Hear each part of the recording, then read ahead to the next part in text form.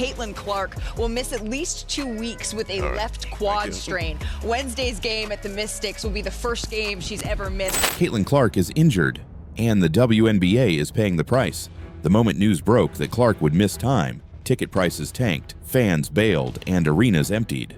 You can't tell me that the Caitlin Clark effect isn't real.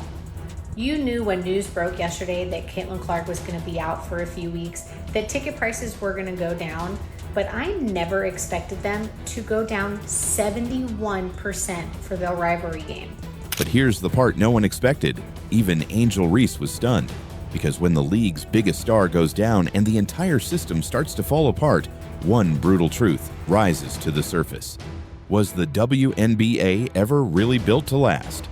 Caitlin Clark's injury on May 25th didn't just shake Indiana Fever fans, it sent shockwaves through the entire WNBA. Indiana Fever ticket prices to games over the next 2 weeks have dropped 42% since Caitlin Clark's injury announcement. An average ticket price of $137, all the way down to $80. People are selling their tickets, definitely can't get face value, so what do?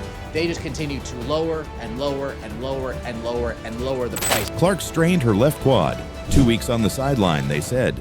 But for the league, it felt like a shutdown. Ticket prices for upcoming Fever games plummeted by 42% overnight. That's not a typo.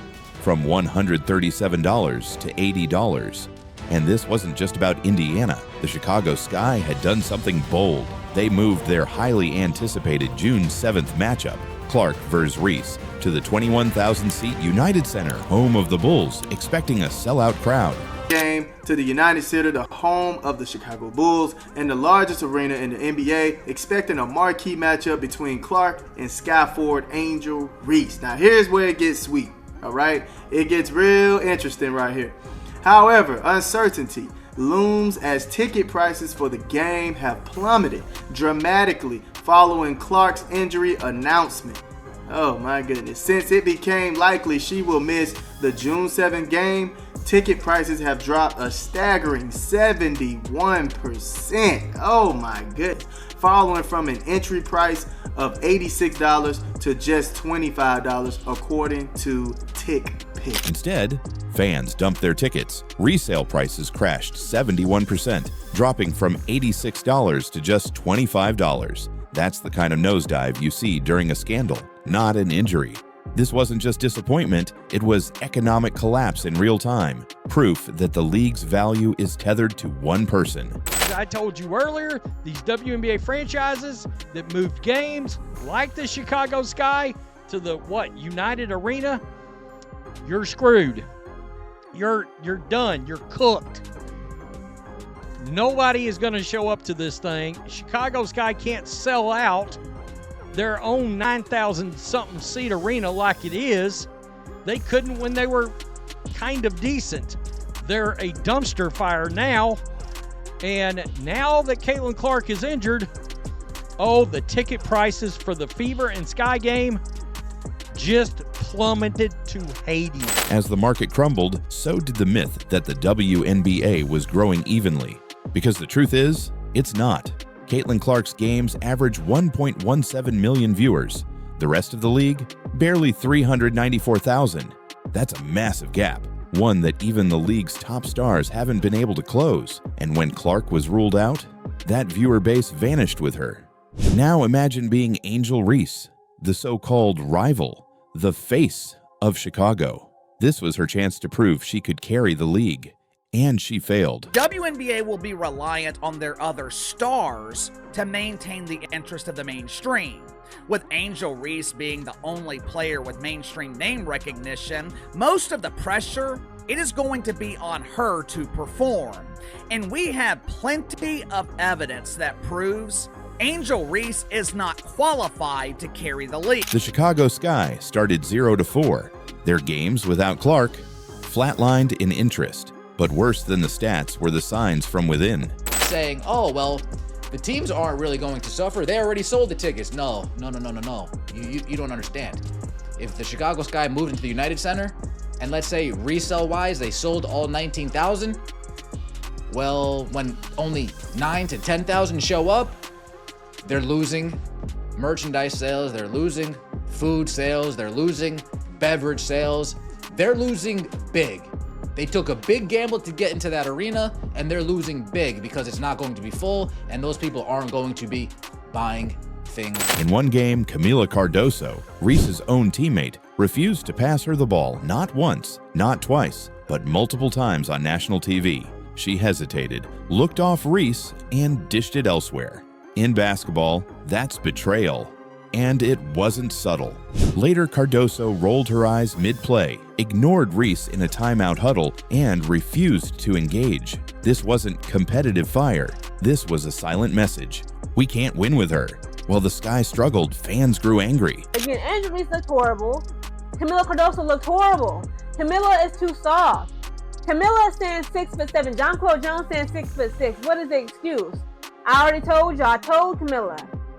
You came up under Dawn Staley. I thought you had some fight in you. You are to be an apex predator on that court because you're the tallest and the biggest. Last night's game, you went from being a great white shark to being a guppy, a clownfish. You look like Finding Nemo out there when you're supposed to be a great white shark. You turned into a clownfish. How are you 6'7" and Sabrina Ionescu, 6 feet tall, Natasha Cloud, 5'9", are snatching rebounds out your hand? It literally doesn't make any sense to me, guys. And I'm tired of the excuses. I'm tired of everybody and their nonsense. That's the problem with us as the fans. They weren't just quiet, they were vocal. Comments flooded in. I'm not paying to see Angel Reese miss layups. No Clark, no point. On social media, the same platforms that elevated Reese's brand started mocking her game. Hello, y'all are professional basketball players. What's stopping you? What's stopping Angel Reese from being a good basketball player? And speaking of Angel Reese again, I got to bring back this point. Tyler Marsh again, Coach Marshmallow got her playing. He said that he wanted to, the vision and goal he has for her is to be more of an offensive threat. He wants her outside the paint, along the 3-point line.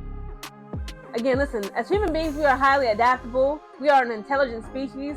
We can learn things, yes? Yes, of course we can. Jonquel Jones stands at 6'6".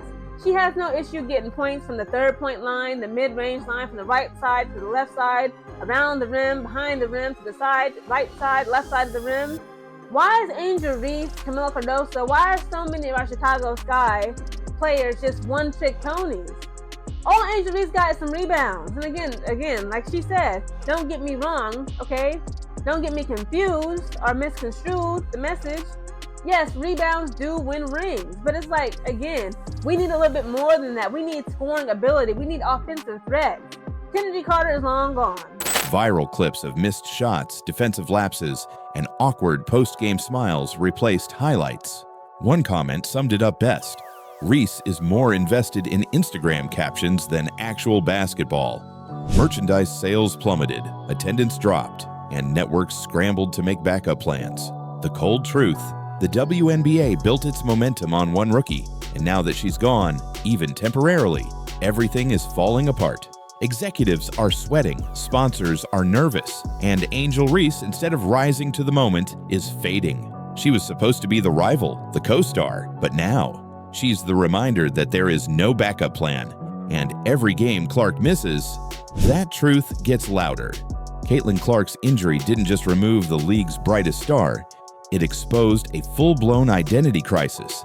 Angel Reese, once crowned as the perfect counterpart to Clark's rise, is now the symbol of everything going wrong. Her games are filled with awkward passes, missed layups, and disjointed offense. But it's not just her play, it's how her teammates are reacting.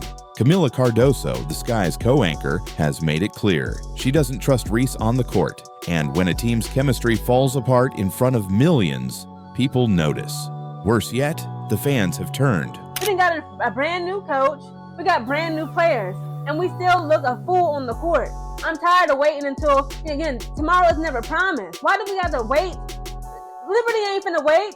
The Fever ain't finna wait. Atlanta Dream ain't finna wait. The Washington Mystics, they ain't gonna wait. I remember last year, the LA Sparks, I was like, that's a team that, I'm not really worried about. For the most part, when we would play them last year, we would win. I think we lost to them maybe once or twice. This season, I don't see us whooping the LA Sparks not one game. Not one game. Because we literally look a mess. There's no coordination, No fitness, no athleticism, no raw power strength, no plan. What's a woman? What's a man without no plan? What was once hype has become criticism. Clips of Reese underperforming go viral for all the wrong reasons. Even ESPN segments have started asking the uncomfortable question, is Angel Reese overrated? With Clark off the court and Reese collapsing under pressure, the WNBA is entering dangerous territory, not just in terms of competition, but survival. And that's when the real fear sets in. What if Caitlin Clark doesn't come back at all? Or even worse, what if she walks away from the WNBA altogether? She's already hinted she could go overseas. The league has battered her physically and politically. She's been targeted, fouled hard, and disrespected, all while carrying 26% of the league's economic output on her shoulders. That's not just unsustainable, it's reckless. The WNBA is teetering, built on one rookie, fueled by one storyline, and now, without that fuel, it's sputtering. The arenas are half empty, the merch isn't moving, the hype is collapsing. If this continues, it won't just be a rough patch. It'll be a collapse the league might not recover from. So we have to ask, can the WNBA survive without Caitlin Clark? Is Angel Reese ready to step up, or has the league bet on the wrong rival? Drop your thoughts below, because right now, the fans are the only thing holding this league together. And if you think this story is over, wait until you see what Caitlin Clark does next.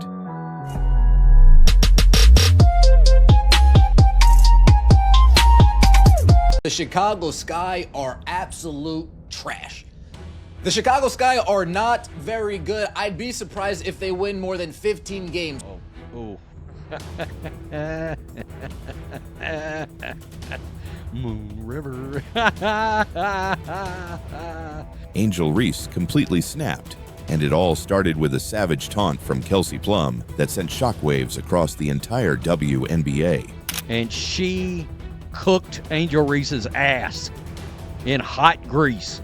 Let's go. Pie by Stevens. The drive by Plum. Once she gets by Reese, it's over.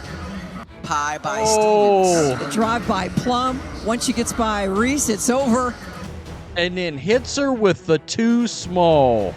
In the final minutes of another blowout loss, Plum drove past Reese with ease, then turned around and hit her with the too small gesture. The crowd exploded, social media melted down, and Angel, she looked shattered. Kelsey Plum hitting Angel Reese with her own Pie by Stevens. your too small celebration. Damn. But what really happened in that moment? And why are fans saying this single play just exposed everything wrong with Reese's game? To understand the full weight of what went down, we have to break it down frame by frame. Like, just look at this. Look at this defense right here. Look at this defense. And anyone who says Angel Reese is all defense, like I'm not joking. I mean this when I say that she is a worse defender than Caitlin Clark. Sorry, she is playing the worst defense this season than Caitlin Clark. The Chicago Sky were already trailing. The energy was low. The body language was tense. Angel Reese, once hailed as the future of the franchise, was matched up against Kelsey Plum, a veteran with something to prove. Then it happened. Plum took the inbound at the top of the key. With a bounce in her step and eyes locked in, she made her move. Target locked. One quick jab, a crossover, and Reese was instantly off balance. The next second, Plum blew past her like she wasn't even there. Easy left-hand layup. But it wasn't just the bucket that stunned the crowd. As she turned around, Plum leaned forward, looked straight at Reese, and hit her with that now iconic too small gesture, her hand motioning toward the floor, eyebrows raised like she was asking, "Is that really all you've got?" Kelsey Plum keeping Angel Reese on her back hip, creating enough separation, going up for a layup. Yeah, Angel Reese, you're too small. My name's Kelsey Mitchell. I'm 5'8", but you are too small. Nasty, nasty work from Kelsey Plum. And I need to be honest here. Angel Reese, did you take any offense to this? Did you take this personally? Do we need to open up an investigation into taunting on the court for your sensitive ass? The arena erupted. Fans gasped, some laughed, others whipped out their phones. It was the kind of moment that doesn't just make highlight reels, it becomes history. And just like that, Angel Reese wasn't the face of the game anymore. She was the punchline. Within minutes, the clip was everywhere. TikTok, Twitter, Instagram, multiple angles, slow-mo edits, commentary calling it everything from savage to cold-blooded. Feet. Here's Plum, a hop in her step. Plum, the blow-by in the left hand. Feet. Here's Plum, a hop in her step. Plum, the blow-by in the left hand. Too small. Yikes. One post even went viral with the caption, "Kelsey Plum just cooked Angel Reese in hot grease." Another said, "This wasn't a layup. This was a statement." Yeah, she cooked her like that popcorn. Hey, Plum Dog, how many wins does the Sky got? Down here. Oh, God. Kelsey Plum saying too small to Angel Reese. I love that fire. It's me bound time. Oh, God. How about this one? Kelsey Plum confirmed racist. And that's exactly what it felt like. This wasn't a fluke. This was personal. Plum didn't just blow past Reese. She dismantled her, not with trash talk, but with basketball, pure skill, precision, confidence, and just enough pettiness to send a message to the league.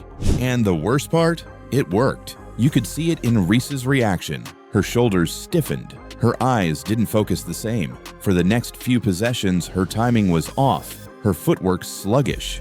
It was like her mind had left the court. That single gesture didn't just break her momentum, it cracked something deeper. This was supposed to be Reese's moment to bounce back. Instead, it became a symbol of how far she still has to go. The irony. If they're in zone, they're in man. Watch Angel Reese where she's standing. Watch her on display. So you know, like, what the hell is that? Like, that is a play that if Caitlin Clark did that play, you'd be saying she's the worst defender in the world. Watch Angel Reese on this play right here. Does she pick up the ball? Does she pick up the ball? Nah, she's just gonna run to nowhere, give up a basket. Or does she do anything? She's jogging back on defense. And like, if you ever watch the Chicago Sky getting cooked, like, you can see her consistently play bad defense. Reese has done that exact gesture to others in the past. She's built a brand on fire, flair, and fearlessness. But in this moment, when the spotlight flipped, she didn't answer back. She folded. And that's why this one play has become the center of the conversation. Not just about Reese, but about the Chicago Sky, the weight of expectations, and what happens when confidence gets tested in real time. On paper, Angel Reese didn't have a terrible stat line. 13 points, 12 rebounds, 6 offensive boards. That's a double-double. Out of Angel, like, she had 13 and 12. She had 13 and 12, and it was, like, again, what's she probably averaging, like 9 and 13 boards? I assume she's going to lead the WNBA in rebounds again. Like, she got, I'm not going to lie, she was actually quite efficient if you judge by points per shot possession, because 3 times in the game she missed, caught her own rebound, scored. And I don't mind it. Like, if she misses, catches her own rebound, scores, I don't mind it. She actually kicked out once. I looked at the box score, and look, the box score didn't matter. The scary part is, like, I don't know when it comes to the Sky if they're better without Angel Reese or they're just better with Elizabeth Williams on the floor. And for most rookies, that would be impressive. But basketball isn't just numbers. It's impact. And when you watch the game, you realize something. Reese's double-doubles aren't changing anything. In fact, many would argue they're empty. Take her shooting that night. 5 of 11. That's 45%. Not bad, until you remember she's a 6'4" power forward playing near the basket. But from the Chicago Sky, they are a joke. They're a joke of a basketball team. You have got, your player just got too small. They don't play defense. There's no effort.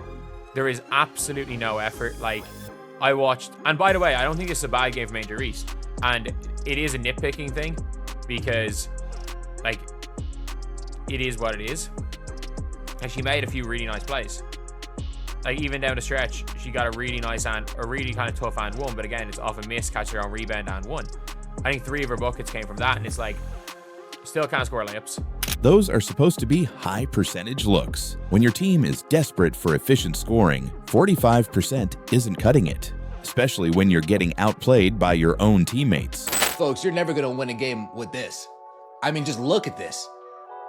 Angel Reese, 13 and 12, still can't shoot over 50%. A measly few feet away from the basket, but I guess 48% is better than 32%, so we'll take what we can. Point forward, Angel Reese, by the way, 4 turnovers, 4 assists, not very point forward like. 4 turnovers, 4 assists, not very point forward like at all. Camila Cardoso played fewer minutes in that same game, but went 6 for 9 from the field. That's 66%. She didn't have flashy stats, but she got the ball, made it count, and gave the Sky exactly what they needed. Camila Cardoso, 6 for 9, 6 rebounds, 12 points. Courtney Vandersloot, 11 points. Kia Nurse, 9 points. Ariel Atkins, 9 points. Nobody on this damn team can actually create a shot for themselves and score. Let's be honest. Nobody on this damn team can actually create a shot for themselves and score. That player is signing checks, cashing checks over there in Mexico. She's long gone. This current team, this current team is an absolute embarrassment. Reese, meanwhile, struggled to convert on opportunities that should have been routine. And this isn't new. In the previous game, she went 0 for 8. The game before that, 2 for 8. It's a pattern, and it's raising serious questions about whether Angel Reese is built for this level. After not this game, but the last one where it was 0 of 8, that are like, it's bad. It's really bad. I mean, this was 5 of 11, but the problem is when you're a 6'4" power forward, nah, bro, you can't shoot 5 of 11.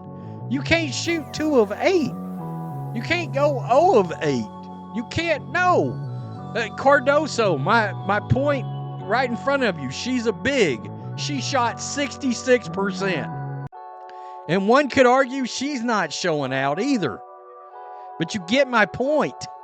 Or if the hype has simply outpaced the reality. Because when you look at the team around her, it's clear the Chicago Sky are crumbling.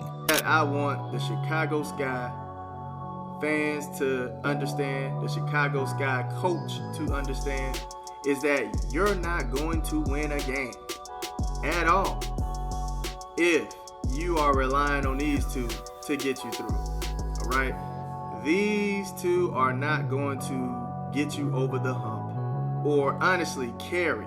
Like, they can get you over the hump, but these two aren't going to carry a team, okay? At least not right now. They're not going to carry a team. They're 0 to 3. Their offense is one of the least efficient in the league. Their transition game is broken. Their half-court sets are sluggish. And their defense, practically non-existent. Like, and that's the thing. We saw it in Unrivaled. She was a good defender in Unrivaled. It is a choice with Angel Reese to play good and bad defense. I'm going to be honest. Like, look, you can criticize players, and that seems to be one things that's been really annoying me when it comes to Angel Reese, is that when she focuses more on getting off on the more offensive rebounds she gets, the less defense she plays. The more points she scores, the less defense she plays. The less defensive plays, the more shots she takes, the less defense she plays. And it is what it is. But here's the kicker. When the offense runs through Reese, it looks even worse. The problem isn't just that she's inefficient, it's that she's predictable. Opposing teams have figured it out. Get physical early, talk some trash, and she'll start spiraling. That too small gesture from Kelsey Plum. It wasn't random, it was a tactic, a strategic move to break her mentally. And it worked. Analysts have started turning. One even said, I can't defend Angel Reese any longer. I will no longer make excuses, okay, and defend Angel Reese and the clownery of the Chicago Sky. There is no excuse for this nonsense. Again, they need to become militant, become disciplined at becoming a champion. Like, what is the problem with that? Chicago Sky has been the laughingstock and has become the laughingstock of the WNBA. At this point, we are the number one. We are the worst team of the WNBA. I can't wait to see if we could bring something to Dallas Wings, okay? I believe we play them sometime next week. Is it next Thursday? Paige Beckers, she got something to prove. Dejanay Carrington, all of them got something to prove. Arike Ngumbawale. Isaiah James, they got something to prove. Chicago's got to look like they're okay being a loser. Others are questioning if she's even a starter-level player on a competitive team. And it's not just sports media. Social media is flooded with clips dissecting her every move, her defensive rotations, her missed layups, even her body language. And that's where things get ugly. Like, just look at this. Look at his defense right here. Look at his defense. And anyone who says Angel Reese is all defense, like I'm not joking. I mean this when I say this. She is a worse defender than Caitlin Clark. Sorry, she is playing worse defense this season than Caitlin Clark. Watch Angel Reese right here. If they're in zone, they're in man. Watch Angel Reese where she's standing. Watch her on this play. So you know, what the hell is that? Like, that is a play that if Caitlin Clark did that play, you'd be saying he's the worst defender in the world. Because Reese didn't just come into the league as a rookie. She came in as a brand, a social media icon, the Bayou Barbie. Expectations weren't just high, they were sky high. And now, every mistake is amplified. Every flaw is broadcast in 1080p. Every missed shot is a trending topic. That pressure, it's eating away at her game. The moment she's off, the whole team feels it. There is no excuse. It's unacceptable for both Angel Reese and Camila Cardoso to leave a game without at least 10 points. That is the bare minimum. I don't want to hear none of this, that, and the third. Like, no. Somebody had the nerves in my comments, okay, in my previous video from last night's game, to say, well, give them until game 10. Are you out your mind? You think I'm about to sit here and watch this embarrassing monstrosity and wait until game 10 for us to finally improve? You know what? No, absolutely not. The chemistry falls apart, the scoring dries up, and what was once framed as her leadership is now being called a liability. She's not elevating the Sky, she's anchoring them. This wasn't how her rookie season was supposed to go. But with each loss, the whispers are getting louder. Is Angel Reese overhyped? Or is she just crumbling under the weight of her own reputation? While Angel Reese was spiraling, Kelsey Plum was soaring. It's not just that she had a great game, it's how she played. Confident, aggressive, unapologetic. From the moment she stepped on the floor, Plum looked like a woman on a mission. And by the time the buzzer sounded, she had dropped 28 points, including 6 3-pointers, 8 assists, and a viral highlight that turned the WNBA world upside down. But this isn't just about one performance, it's about Kelsey Plum's resurgence and what it represents. Because let's not forget, Kelsey used to be that player, the record setter, the NCAA legend. Kelsey Plum on a nationwide countdown as she chases the D1 record for career points. Plum tees up the 3. Oh, that sweet stroke of Kelsey Plum. It's Plum, triple, you betcha. 7:15 left to go.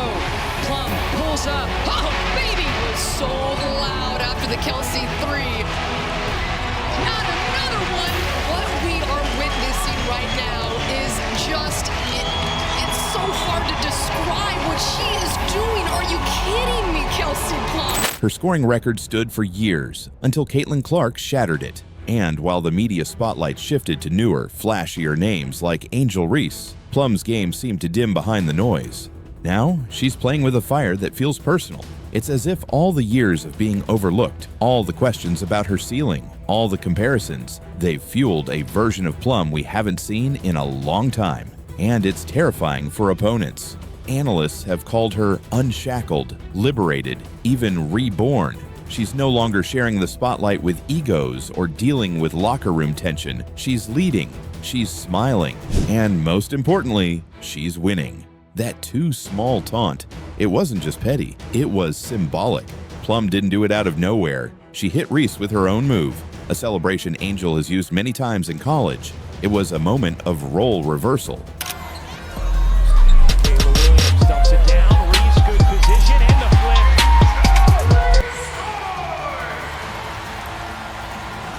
The gritty vet humbling the overhyped rookie. And it didn't go unnoticed. Fans called it poetic justice. And you know what made it sting even more? Plum didn't follow it up with trash talk or drama. She let her game speak. Shot after shot, dagger after dagger. She kept pouring it on while Reese struggled to keep up. Every time the Sky tried to make a run, there was Plum, stopping it dead in its tracks with a step-back 3 or a no-look pass.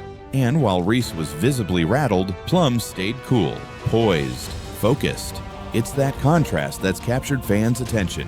Reese came into the league with buzz. Plum came in with battle scars. Reese has the followers. Plum has the footwork, the finishing, and the mental toughness to go with it. And now, in the middle of a WNBA season full of shifting narratives, Kelsey Plum is rewriting hers, not with a press release, but with every possession. She's showing younger players what it looks like to evolve, to come back stronger, to let go of the noise and lean into the work. And in doing so, she's become the very thing Reese was expected to be, a force of nature, a tone setter, a star. The spotlight has shifted, and for now, it's shining squarely on Plum. Not because she asked for it, but because she earned it. By the final buzzer, the Chicago sky had been blown out again, but the scoreboard wasn't what fans remembered. It was that moment. Angel Reese left behind, Kelsey Plum hitting a cold-blooded layup, and then, too small.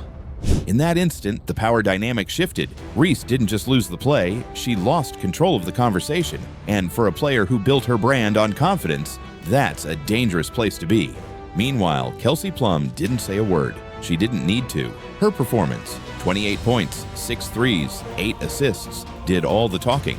And when the game needed a closer, she stepped in. Reese didn't. That's what's most telling. The WNBA isn't about hype anymore, it's about who shows up. And speaking of showing up, Caitlin Clark just did the unthinkable. 2 days after getting bullied in the paint by Brittany Griner, Clark came back with a vengeance. And what happened in that rematch was pure humiliation. If you thought this Plum Reese moment was brutal, wait until you see what Caitlin Clark did to Brittany Griner in their revenge game. Click here to watch it now. It's even more savage.